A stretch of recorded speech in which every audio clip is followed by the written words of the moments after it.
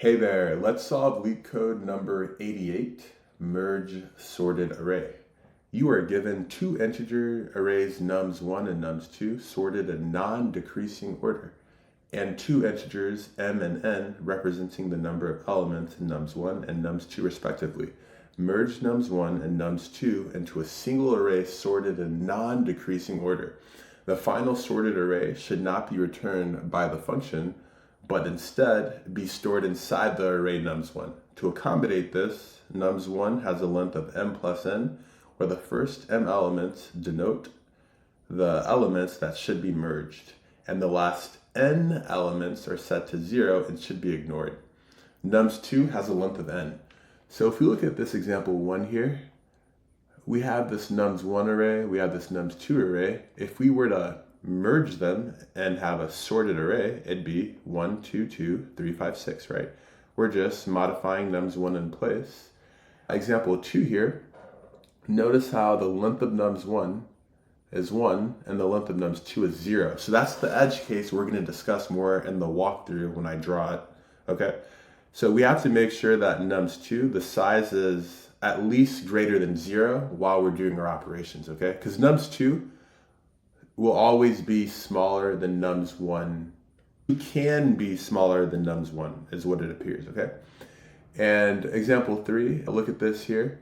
Nums2 comes here into nums1, because look at m is equal to 0, right? So this means that this is smaller than n is equal to 1, right? So we're going to do this in the best time complexity possible, and we're going to be using O of 1 space constant. So to the drawing board, let me explain the logic here. So we want to have an I pointer. So we'll say, so we're going to have a main for loop pointer that works from right to left, and along the way we're going to compare the pointer that's pointing to this value and this value, whichever one is larger. We're going to populate it, and then we're going to move the nums2 pointer to here, and the for loop will continue and get here, right? And we're going to ask ourselves the same thing. Which value is larger, 3 or 5? Well, it's 5, right? So this becomes a 5. So this pointer over here has to get updated. And then now the for loop gets here. And then now we compare 3 and 2. 3 is larger than 2, right? So 3 comes here, and now the pointer here, I'll call it P1, it'll come here. And then we do the same thing, right? And let's take this one, because 2 and 2 are equal. So we're gonna set this guy, we're gonna set this guy equal to 2, right? Because we finished this one in the last iteration. We're here now. And then this pointer comes here, and notice how the pointer is done here, right? Where we're done. Okay, and then now what we have left is P1. So since we only have P1, this stays a 2, right? And then now P1 comes here, and the for loop comes here as well.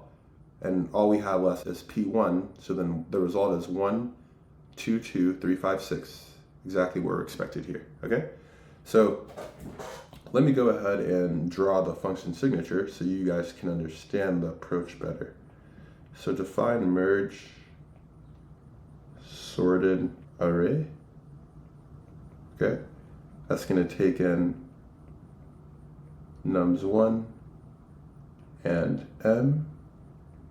It's also going to take in nums2 and n, right?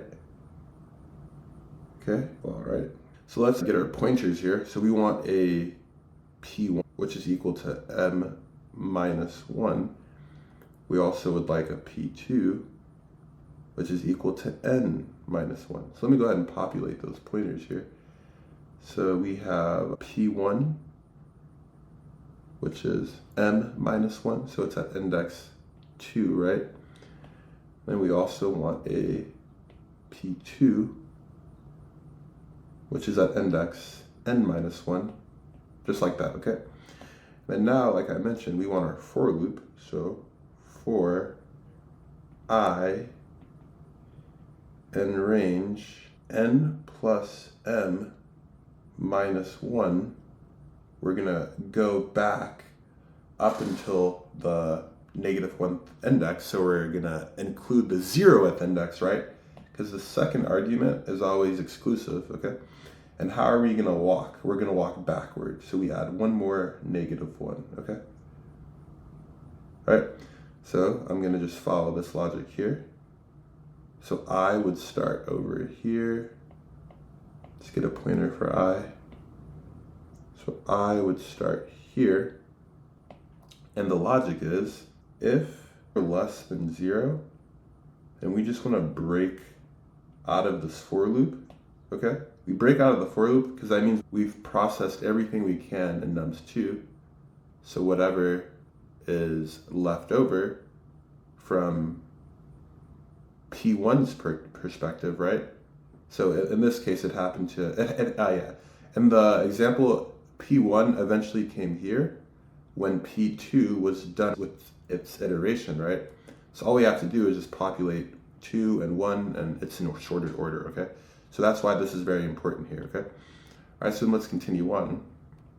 If P1 is greater than or equal to 0, and nums is greater than nums, so nums1 of P1, sorry, and that's greater than nums2 of P2, well, nums1 of I is equal to that larger number, right? So nums1 of P1, okay?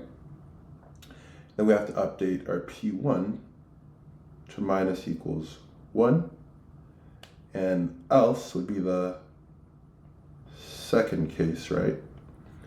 Where, the second case where we say nums1 of I is equal to nums2 of P2, right? That means that the value from nums2 is larger. So then we have to update the index for nums2, okay? To P2 minus equals 1. All right? So let's do a walkthrough now. Okay, so I'll go ahead and actually populate everything here as well. So over here, this would be a 2, this would be a 2, just like we see here. Okay, so for I in range n plus m minus 1, yes, we're going to work from right to left, right? Okay, so if P2 is less than 0, that's not true. P2 is equal to 2, okay? And I'll change the color as well. How about we go red? So we have 2. Okay, what if P1 is greater than or equal to 0? It is, right? And nums of P1, nums1 is greater than nums2 of P2. Well, that's not true, right? So this case doesn't hold. So we hit this case, right? So nums1 of I is equal to nums2 of P2. So this guy is equal to this 6 here, okay? So this becomes a 6. P2 minus equals 1, so P2 comes here. And we continue on in the for loop, so that means I is here now, okay? We're not going to hit this case. We're not going to hit this case, but we are going to hit this case, okay? So nums1 of I is equal to nums2 of P2. So this guy is equal to this 5 here, okay? And P2 minus equals 1. So P2 comes here, and we continue on in the for loop. So I comes here, and this time it's different, right? We know we still would hit this case, but this time we're going to hit this case, right? Because P1 is greater than or equal to 0. And I'll go ahead and update these here. So this was 1, 0, okay. All right, P1 is greater than or equal to 0, right? And nums1 of P1, this 3 is greater than nums2 of P2, right? That's true. So num1 of I is equal to nums1 of P1. So num1 of I, this guy, is equal to 3. Okay, and then what do we do next? We say P1 minus equals 1. So this comes here, and I'll update it over here as well. We continue on in the for loop, so I comes here, and yeah, okay, so over here, notice how this case doesn't hold, and this case doesn't hold either, because they're equal to each other, right? 2 is equal to 2. So we're gonna just, it doesn't matter which one we choose, but the way I wrote the logic, we're gonna go ahead and choose this guy to populate, okay? So nums1 of I is equal to nums2 of P2. So num1s of I is equal to this 2 here, right? And P1 minus equals 1. P1 comes here, and I did this one, right? So P2 minus equals 1, yeah. So P2 comes here. We continue with the for loop, right? So I is here, same index as P1. Okay, so then now look at this. If P2 is less than 0, oh, P2 is less than 0 because it's out of bounds, right? So what do? We break, and does this look like this here? It does.